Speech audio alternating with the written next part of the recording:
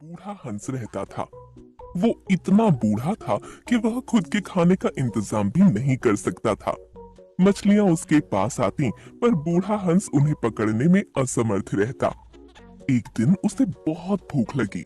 उसने बहुत दिनों से कुछ नहीं खाया था। वह तालाब के किनारे बैठा आंसू बहा रहा था। इतने में वहां से एक केकड़ा उसके पास से जा रहा था। उसने पूछा, हंस काका, आप क्यों रो रहे हो? क्या हुआ? अचानक बूढ़े हंस के दिमाग में एक आइडिया आया। वह केकड़े से बोला, थोड़ा ठहरो, शांत रहो, मैं सब कुछ तुम्हें बताता हूँ। केकड़ा शांत होकर बैठ गया और बूढ़ा हंस दुख भरी आवाज में बोलने लगा, शायद तुम इस तालाब के जलीय जंतु के भविष्य के बारे में नहीं जानते होगे।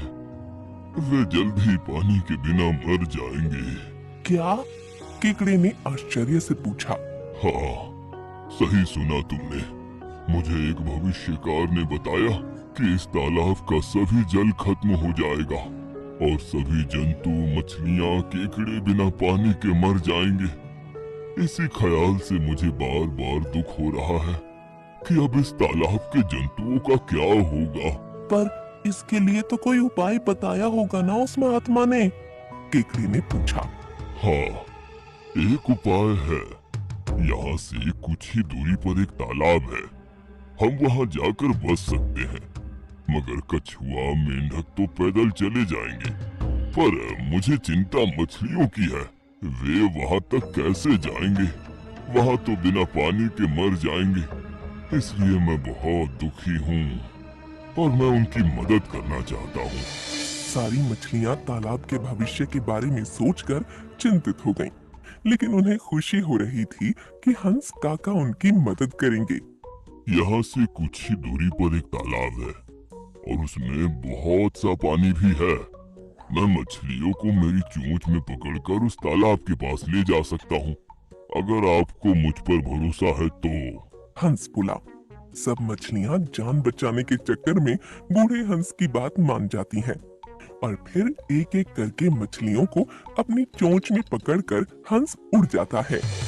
पर कुछ दूरी पर जाने के बाद अचानक रास्ता बदलकर हंस उस मछली को एक पहाड़ी पर ले जाकर खा जाता है।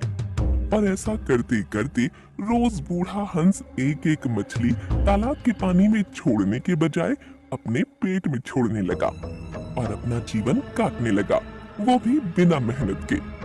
कुछ ही दिनों में मछलियां खा खा कर बूढ़ा हंस अब स्वस्थ दिखने लगा।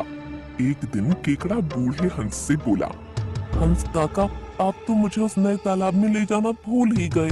मुझे लगा था कि आप सबसे पहले मुझे ही उस तालाब में ले जाएंगे।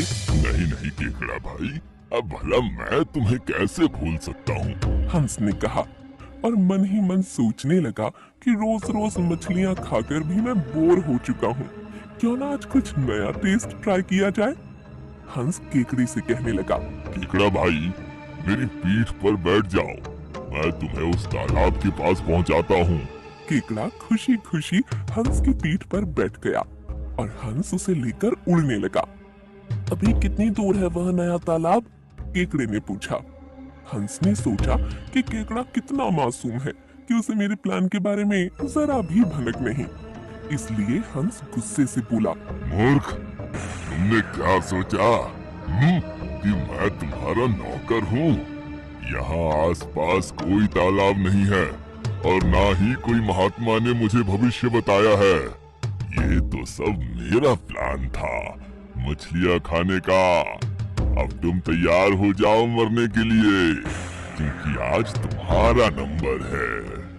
परंतु केकड़े ने संकट समय भी अपनी हिम्मत नहीं हारी और तुरंत केकड़े ने अपने नुकीले पंजे हंस की गर्दन पर रखकर उसकी गर्दन को दबोच लिया और कहा, तुम्हें क्या लगा लालची हंस कि मैं तुम्हारे झांसे में आ जाऊंगा?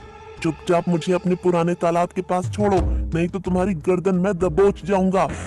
हंस के पास दूसरा रास्ता नहीं था। आपके पास ले आया। तालाब किनारे पहुंचते ही केकड़ा हंस की पीठ पर से कूदा और सभी मछलियों, मगर और कछुए को सारी बात बता दी। मगर को इस बात पर गुस्सा आ गया और वह हंस को मुंह में पकड़कर दूर पानी में ले जाता है। सभी मछलियां और केकड़े खुश हो जाते हैं।